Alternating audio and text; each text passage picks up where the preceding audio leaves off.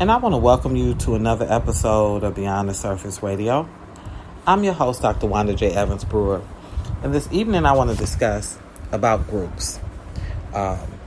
Anybody that knows me knows that I'm not really a person that enjoys groups. I don't particularly join them. I am a lone wolf in every sense of the meaning of that phrase. But I recently received a request to join a group called African American Women Married to African Men. And before I even considered it, I just kind of wanted to peruse it to see some of the conversations. So some of it was solicitation. Hey, I'm Nigerian, I'm this, I'm that, I'm looking for a wife. Some of it was, black women saying, hey, I'm trying to get my baby over here to the U.S. What are some steps? What's some stuff I should do?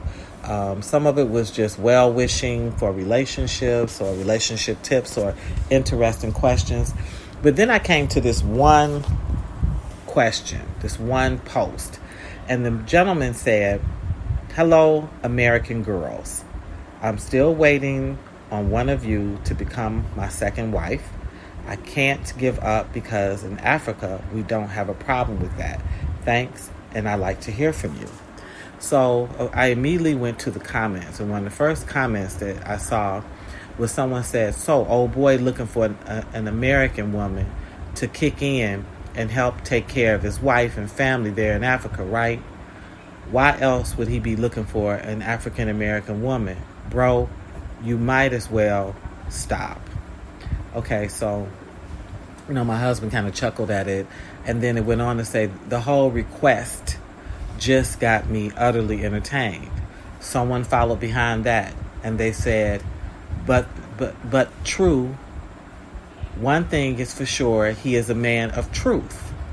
There are so many African men married in the States who have wives and kids back at home, and their American wife is not aware. So to me, he's just being honest.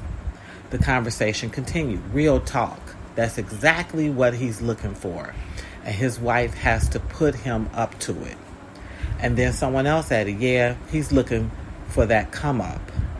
Someone else added, laugh out loud, you right. And my husband basically was saying, yeah, he is an upstanding guy. He is being honest. That was his first reaction.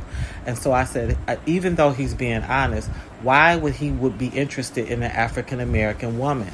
Why not pick an African woman who he knows is accustomed to that lifestyle? I continue to read. You definitely know what old boy means, right? That's lovely. He's lazy and he's also stiff. Somebody else says, don't nobody want to be no second wife. And from that picture, bye, sir. Please exit left. Someone came behind laughing. I'm screaming. Someone said, if there is no woman interested in being your second wife in your country, what makes you think any American woman will accept to be your second wife? And that is something to ponder. If you know that your country endorses polygamy and you don't have any sort of restrictions around it or resistance from it from the women, why would you try to press on a culture that have no history in it, have no practice in it, have no understanding in it? It's not grounded in it. Someone follows up and they say, yes, sir, you on point with that one. And then someone said, I think his first wife gave birth to many children, and he's trying to get an American woman to help ease his burden. Someone came along laughing at that. He's looking in the wrong country. It was followed up by, how are you doing this morning? Fine, thank you, Fran. Laugh out loud, sir, exactly. There was a meme that was placed immediately. Are you out of your damn mind?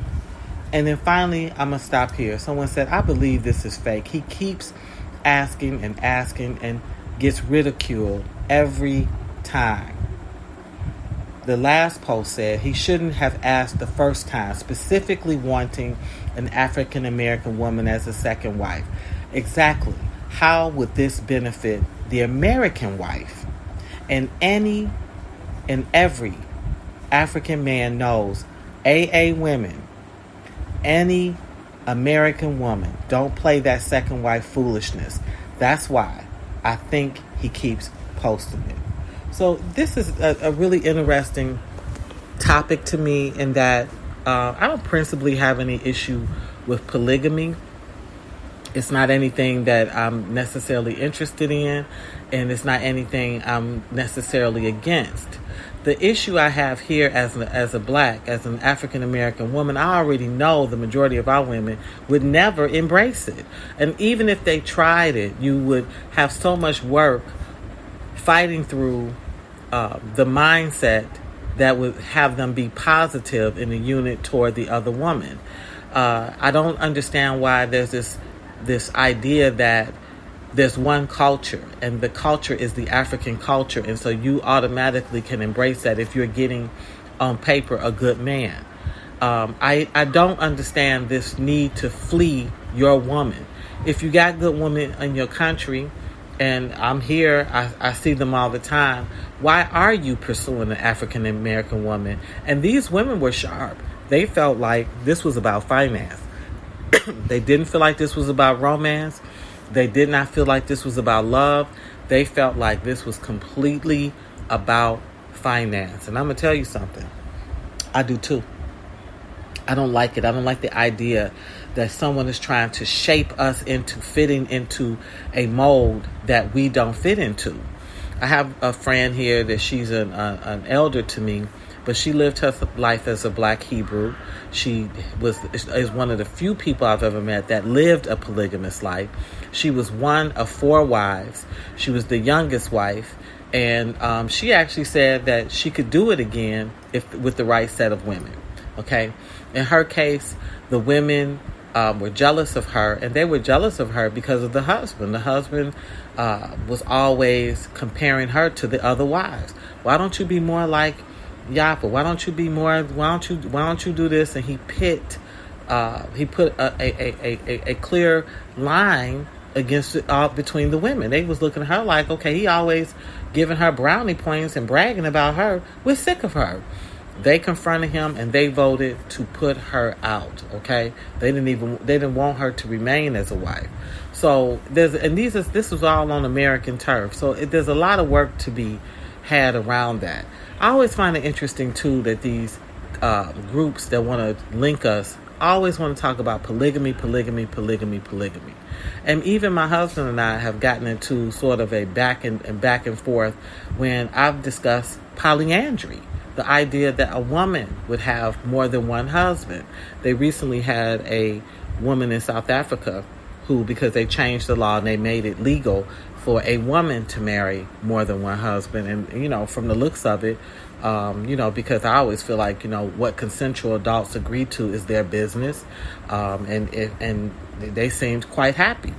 No one wants to have that conversation. And he says, why do you always when somebody brings up polygamy, you bring up polyandry? I said, because I've always felt like I needed more help. I've always, felt like if I had a husband that was the cook, that could help me cook, another one that worked, another one that did good construction around the house, that would be, the perfect scenario.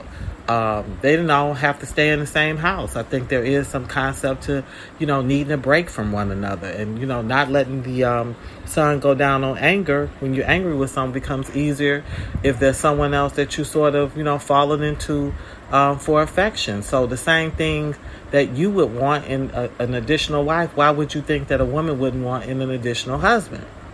So I don't have to tell you he does not like that. He don't agree with that. And I don't have to tell you I've never lived it and probably will never live it. But I do embrace the idea of it. I do think there's a place for that. So, look, I struggled and tussled and went through the group. And I saw no conversation that led toward that.